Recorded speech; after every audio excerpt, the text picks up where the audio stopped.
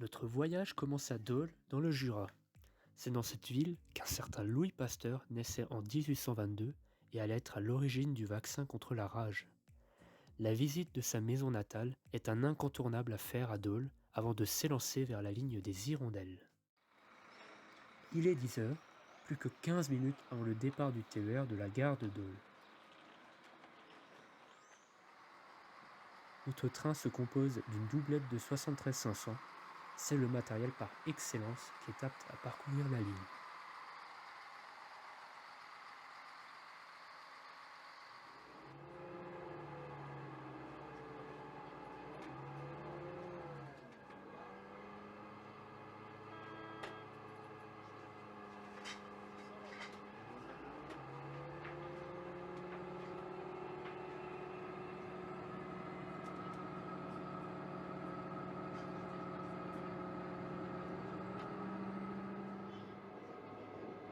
Quelques mètres après la gare, le train bifurque de la ligne Dijon-Besançon, direction Arc-et-Senans, en s'engageant dans la forêt de Chaux, qui constitue l'un des plus vastes massifs de feuillus de France.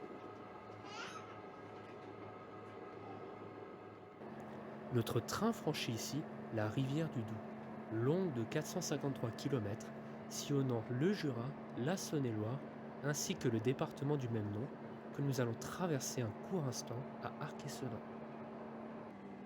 C'est bien connu, le train est le meilleur moyen de transport pour admirer les plus beaux paysages, mais aussi les plus beaux monuments, comme ici la Saline royale d'Arc-et-Senans. Cette ancienne manufacture de sel du XVIIIe siècle est le chef-d'œuvre de Claude Nicolas Ledoux. Sa forme si originale de demi-cercle, visible depuis les airs, lui a valu son inscription au patrimoine mondial de l'UNESCO en 1982. D'ailleurs, le second demi-cercle de la Saline royale devrait voir le jour cette année. Il s'agit d'une extension de jardin venant compléter le cercle parfait rêvé par l'architecte au XVIIIe siècle. C'est après la gare de Mouchard que le train commence à progressivement prendre de l'altitude et à entrer dans le cœur du massif du Jura.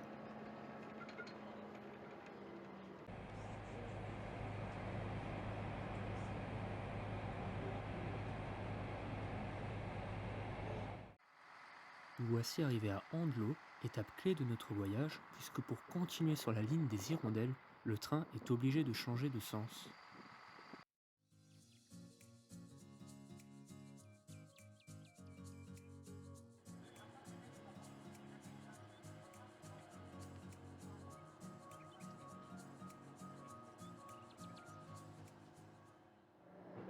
Entre Champagnole et Moret, nous avons l'occasion de longer le village de Siam, connu pour ses forges, mais également pour sa villa palladienne, que vous pouvez apercevoir au loin.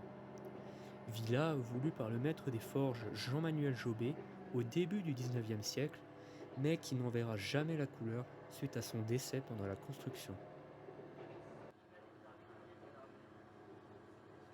Nous voilà arrivés sur la partie de ligne la plus impressionnante entre Morbier et Moret, mais également la plus coûteuse, avec un investissement à l'époque d'1 million de francs or par kilomètre construit.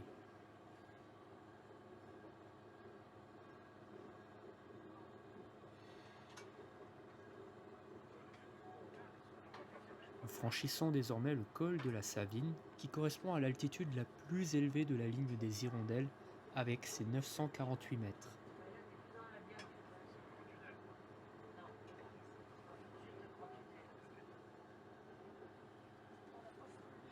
Et voici désormais la plus belle vue du parcours, qui donne sur la vallée de la Bienne pendant la traversée du viaduc des Crottes. Pour pouvoir rejoindre Moret en contrebas, la ligne continue alors dans la vallée de l'Évalude jusqu'à un tunnel très original. En traversant le viaduc de Romans, nous pouvons ici apercevoir la sortie du tunnel des Frasses que nous aurons rejoint d'ici 5 minutes, mais aussi un aperçu des prochains ouvrages d'art que nous emprunterons.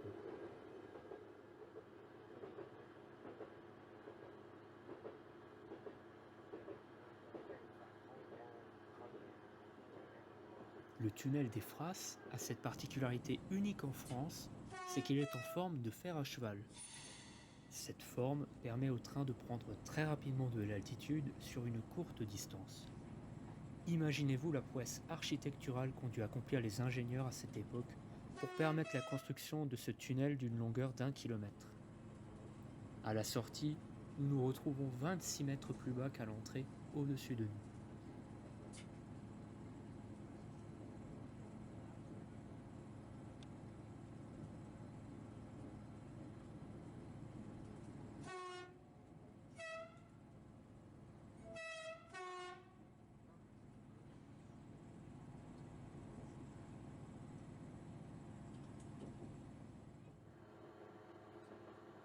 Le train passe maintenant le viaduc de l'Évalude qui donne un panorama splendide sur le viaduc des Crottes.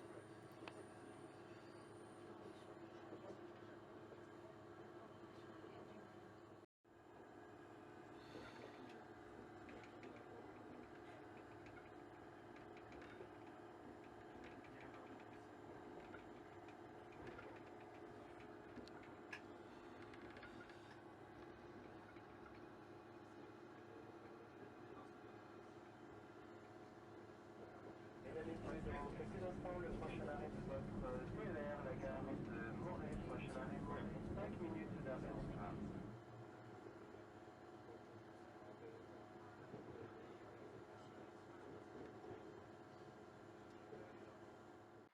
À Morée, même situation qu'à Andelot, le train doit à nouveau changer de sens pour poursuivre vers Saint-Claude. La ville de Morée est surtout connue pour être la capitale de la lunetterie française grâce à sa réputation de qualité et de créativité. En se baladant dans le centre-ville, on peut d'ailleurs y découvrir un musée qui retrace l'histoire de la lunetterie jurassienne et qui abrite l'une des plus grandes collections de lunettes. Et nous voilà repartis pour les 30 dernières minutes de notre voyage qui commenceront par la traversée du viaduc de Morée. La particularité de ce viaduc, c'est qu'il possède des élégissements. Ce sont des petits vides dans la structure destinés à alléger la voûte, mais aussi à laisser passer les hirondelles. Le passage du train sur le viaduc de Morée est pour moi l'occasion de vous expliquer pourquoi cette ligne doit son nom aux hirondelles. Eh bien, la légende raconte que lorsque les habitants de la ville de Morée observaient depuis leurs fenêtres les ouvriers travailler sur les viaducs, ils avaient l'impression que ceux-ci tutoyaient les hirondelles. Une légende très originale pour un nom si poétique. Cette dernière partie de notre voyage nous permet de pleinement admirer le massif du Jura et nous laisse une sensation d'être isolés du reste du monde. C'est d'ailleurs sur cette portion que la moitié des ouvrages d'art de la ligne se concentrent. La majorité reste tout de même les tunnels, puisqu'on en dénombre 18 entre Morée et Saint-Claude.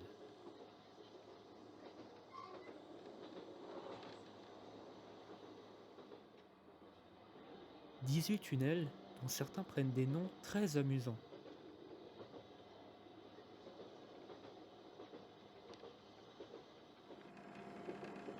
Ça y est, nous commençons à apercevoir les premières habitations de Saint-Claude. Notre voyage touche au but.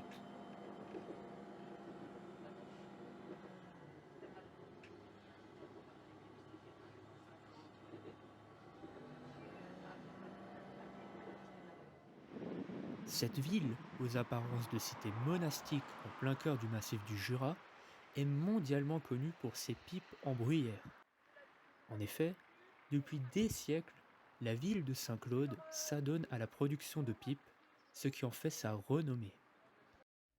En plus de ces pipes, la ville a aussi su forger une réputation dans le diamant et les pierres précieuses.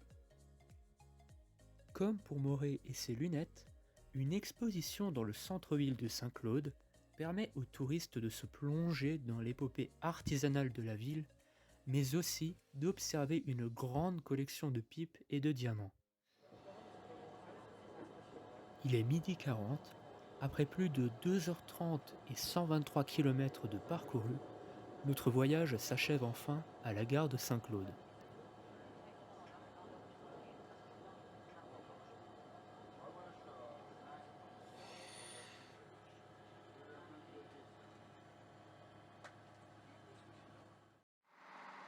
C'est l'occasion pour moi de vous remercier d'avoir suivi ce reportage et j'espère que cela vous donnera envie de venir voyager sur l'une des plus belles lignes ferroviaires de France, la ligne des Hirondelles.